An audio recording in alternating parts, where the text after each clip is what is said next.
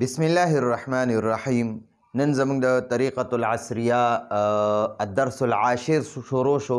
لسم درس او سبق نمبر 47 دی، 47 نمبر سبق دی. د درس العاشر اولنې سبق دی. د دې نه مخکې مونږه الدرس التاسع نهم درس ختم کو. اوس لسم درس شروع شو. د لسم درس اولنې سبق دی، خو د اولنی سبق د ابتدایي چې په ابتدا کې مونږه د الفاظ معنی لیکو، دی مونږ له د کتاب په اخره کې راکړي، د دغه درس په اخره کې راکړي. مونږ د درس په شروع کې ځکه لیکو چې اول مونږ الفاظ و معنی زده کو، نو بیا دا الفاظ و معنی په درس کې استعمالول چې کوم سبق د ابتدا نه دی هغې کې استعمالول بیا مونږ ته اسان شي. هغې کې چې بیا دا مشکل الفاظ راځي نو مونږ به پرې پوهیږو. نو د الفاظ معنی دی یو طرف ته، او یو طرف ته دا قاعده را کړې ده. دا قاعده په دې قاعده باندې ځان پوهول ډېر لازمي دي. نو دا تور لیکل چې دي دا الفاظ دي، او دا سور لیکل والی معنی دي. مونږ له را کړي هازانی. هازانی معنا ده دا دوه، د مذکر دپاره استعمالیږي. چې یو سړی وي نو هغه دپاره مونږ وایو هازا وایو، او چې دوه سړي وي نو هغه دپاره مونږ هازانې وایو، هازانې. لکه اوس ما څه دا یو قلم دی نو زه ته درته وایم هذا قلمون. اوس چې دوه قلمان شي نو زه به بیا وایم هازانې قلمانې. د هازا د یو دپاره راځي، هازانې د دوو دپاره راځي. هازا د یو دپاره او د دوو دپاره هازانې، هازا د یو دپاره د دوو دپاره هازانې، خو چې نږدې وي درته. نو هازانې دا دوه مذکر دپاره. طائرتون دی، عرب وی طائره. نو دا جهاز ته وی، جهاز ته، هوایی جهاز ته طائره وی، طائره. ٹھیک شوه. او قلنسوتون چې دی دا ټوپۍ ته وی، ټوپۍ ته قلنسوه. عرب وی قلنسوه، دا ګول ته ها ساکنه وی. او مونږه چې دا پورا الفاظ یې وی قلنسوتون دی، خو وقف به چې پکې نو دا ګول ته به ها ساکنه وی، قلنسوه ټوپۍ ته وی. اوس وګورئ چې یو مؤنث چیز وي، دا بورډ مؤنث دی، نو زه به د دپاره اسم اشاره استعمالوم د نږدې، هذه. ټیک شوه. اوس که دوه بورډونه وي که نه، دوه بورډونه، نو زه به ورته داسې نه وایم هذه و هذه، نه داسې به نه وایو. بیا به مونږ ورته وایو هاتانې. د یو دپاره هذه، د دوو دپاره هاتانې. څنګه چې د یو مذکر دپاره هذا او د دوو دپاره هازانې دی، دغه شان د یو مؤنث دپاره هذه او د دوو مؤنثو دپاره هاتانې. دا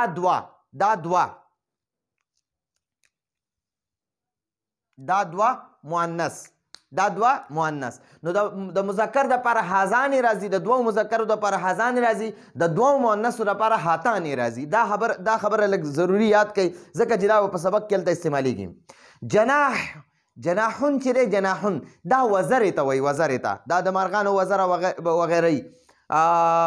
جناح او جناحانی دوه وزرې، اردو کې ورته لیکلي دو پر. ٹھیک شوه. نو جناحون دا یو وزر ته وایي، جناحانی دوه وزرې. اوس هم په دې ځای باندې دې ځای کې لږ غونته کې ځان پوهه کوي. جي جناحون وګورئ، جناحون دا یو وزرې ته وایي. دوه به د دې یو نه څنګه جوړو، دی ته واحد وایي. د واحد اسم نه به دوه څنګه جوړې. نو ګورئ دا جناحون چې دی که نه، جناحون د دې اخري حرف دا ح ده، دا تنوین دی پې. نو دا تنوین به تې ختم کې، په ده باندې به زبر ولګې، او الف او نون زرنې به ورسره ولګې، نون زرنې، آنی د آنی اضافه به ورسئ. نو د جناحون یو وزره، جناحانې دوه وزرې. اوس قلم دی، قلم، دا قلم چې دی قلمون، د دنه دا یو قلم دی. اوس د دنه به دوه څنګه جوړو، د اخري میم باندې به زبر ولګې. ټیک شوه. دغه تنوین به تې ختم کې، په ده به زبر ولګې، او الف او نون زرنې به ورسره ولګې، داسې آنی، دوه قلمان. ټیک شوه. اوس کتاب دی، کتابون. ټیک شوه. اوس د دنه دوه جوړو، نو د اخري بانه به دا تنوین ختم کې، زبر به پې ولګې، او الف او نون زرنې به ورسره ولګې، کتابانې.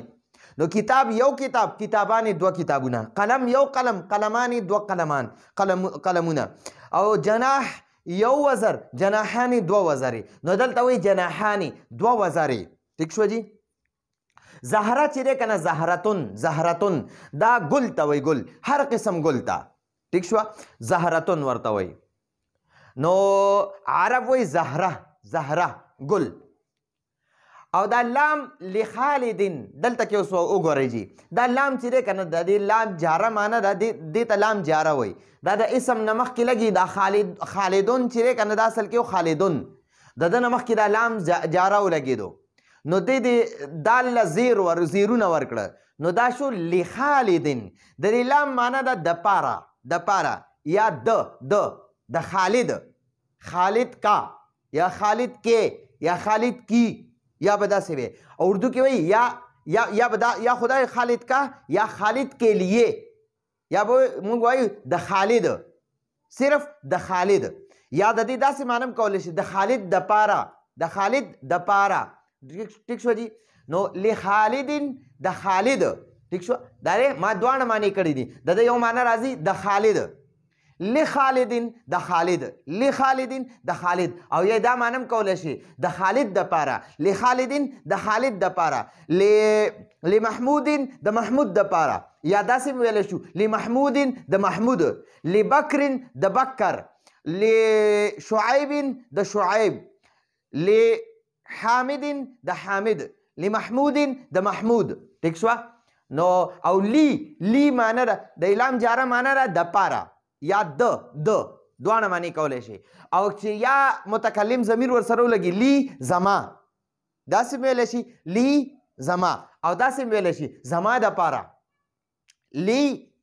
لی قلمون دا زما قلم دی لی قلمون هذا لی قلمون یا داسې ویلی شي لی قلمون دا قلم زما دی ٹھیک شو یا داسې ویلی شي دا قلم زما د پاره دی نو لی او عند معنا ده سره اردو کې وایي پاس مونږ وایو سره او عندي دا یا متکلم چې ورسره ووې نو د دې معنی زما سره عندي زما سره او تسنیه دوو ته وایي تسنیه واحد یو ته واحد وایي دوو ته تسنیه وایي او چې د دوو نه زیات شي هغې ته جمع وایي زموږ په پښتو کې په اردو کې په فارسۍ کې په انګریزۍ کې یو ته یو وایو او چې د یو نه زیاتېږي هغې ته موږ جمع وایو په پښتو کې هم چې یو وي هغه ته یو وایو چې د یو نه زیاتېږي دوه شي نو هغه ته موږ جمع وایو او داسې په انګلیش کې دوو ته یو ته خپل یعنی سنګولر وایي او چې د یو نه زیاتېږي هغه ته بیا خپل لفظ ورکوي او خو عربي واحد عربي داسې ده چې یو ته واحد وایي دوو ته تسنیه وایي او د دوو نه چې زیات شي که نه هغې ته جمع وایي نو تسنیه دوو ته وایي ټیک شوه تسنیه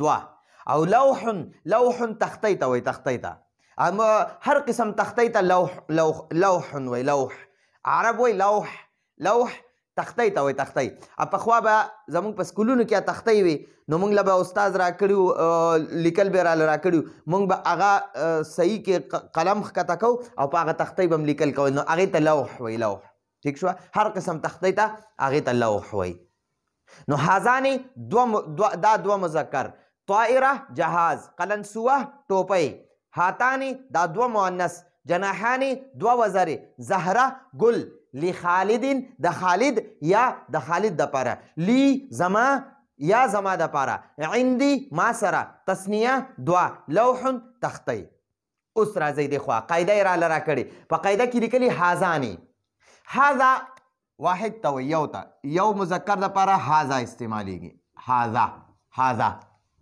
اوس که ته وایې چې یاره دوه مذکر نو دې سره صرف نون زیرنې ولګوه هازانې د دوه نږدې سړي چې وي مذکري سړي وي نو د هغې لپاره هازانې استعمالیږي دوه سړي ټیک شوه دا دوه قلمان دي نو دا زما سره دي اوس وګورئ زه به داسې وایم چې هذا قلمون وهذا قلمون یو قلم دا دی یو قلم دا دی نو زه به داسې نه وایم چې هذا قلمون وهذا قلمون نه داسې به وایي هازانې دا دواړه قلمان دي دا دواړه قلمان دي هازاني قلمان دي دا دوه قلمان دي ټیک شوه هازاني دا دوه هازاني هذا دا یو هازاني دا دوه قلمانی قلمونه دي ټیک شو. هذانی نو اسم اشاره ده، هذانی اسم اشاره ده، هذانی اسم اشاره ده. او د تسنیه دوه ته وي، د تسنیه مذکر د پاره استعمالیږي، د دوو مذکرو د پاره استعمالیږي چې کله هغه دواړه مذکر نږدې وي ټیک شو، چې نږدې وي کنه نو هغه یو د پاره هذا او د دوانو د پاره هذانی. اوس هاتانی دي، هاتانی ټیک شو. نو هاتانی دا فرض که دا دوه ما سره کاپیانې دي، کاپیانې یو کاپي داره یو کاپي داره. کراستون ورته وایي، کراستون. نو دا زه داسې نشم ویلی هذه کراستون و هذه کراستون، نه نه نه، هغې دپاره به هاتانی کراستانې، هاتانی کراستانې، هاتانی دا دواړه کراستانې کاپیانې دي ټیک شوه. نو هاتانی د دوو مؤنثو لپاره راځي.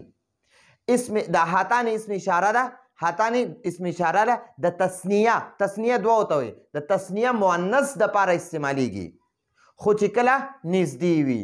نو هازانی د اسم اشاره ده د دوو مذکرو دپاره استعمالیږي چې نږدې وي. هاتانی اسم اشاره ده د دوو مؤنثو لپاره استعمالیږي خو چې کله نږدې وي. اوس بل واورئ د واحد اسم نه به تسنیه څنګه جوړی. نو د مفرد واحد ته وایي، مفرد هم ورته وایي، واحد هم ورته وایي. د مفرد یعنی واحد اسم نه د تسنیه جوړولو طریقه، د واحد اسم نه د تسنیه د دوو جوړولو طریقه زده کوي. وایي د واحد اسم اخري حرف باندې به زبر ولګي، د واحد اسم اخري حرف باندې به زبر ولګي او د آنی الف او نون زیرنې آنی اضافه به ورسره وکړي. لکه د کتابون نه کتابانی، دا کتاب دی ګورئ، دا کتاب دی ګورئ، کتابون دی، د کتاب اخري حرف دا با ده کنه. نو دلته وایي د مفرد دا دی د واحد اسم اخري حرف باندې به زبر ولګي، دا تنوین به ختم کی نو زبر پې ولګوه ټیک شوه. او د آنی الف او نون زیرنې آنی اضافه به ورسره وکړي لکه د کتابون نه کتابانی. نو کتاب نه کتابانی شو. اوس دا قلم دی قلمون. نو ګورئ وایي د واحد اسم اخري حرف باندې به زبر ولګي، نو اخري حرف میم دی دا تی ختم کا په د زبر ولګوه ټیک شوه. او د آنی اضافه ورسره وکړه، آنی دا الف او نون زیرنې اضافه ورسره وکړه، قلمانی. صحیح شوه جي. دقه شانتې چې بل نور اسما وي د هغې نه هم د واحد اسم نه چې کله تسنیه جوړې اخري حرف باندې به زبر ولګي او د آنی اضافه به ورسره وکړي، نو بس تا سره به د واحد اسم نه تسنیه جوړ شي، د یو سیز نه به در سره دوه سیزونه تیار شي. نو انشاءالله عمده چې کوم بحث نن موږ درس کې وکړو نو دا درس هم ځکه لږ اوږد کو، دا بحث هم ځکه زیات وکړو چې دا سبقونه به زمونږ دا قاعدې او دا الفاظ دا به زمونږ په دې مخکې سبقونو کې استعمالیږي. نو چې دا قانونونه مونږ ته یادي، دا الفاظ او دا قاعدې مونږ ته یادې وي نو انشاءالله مونږ ته به سبق اسان وي. نو راتلونکي درس پر اجازه غواړو. هذا هو المرام والله اعلم بحقیقة الكلام.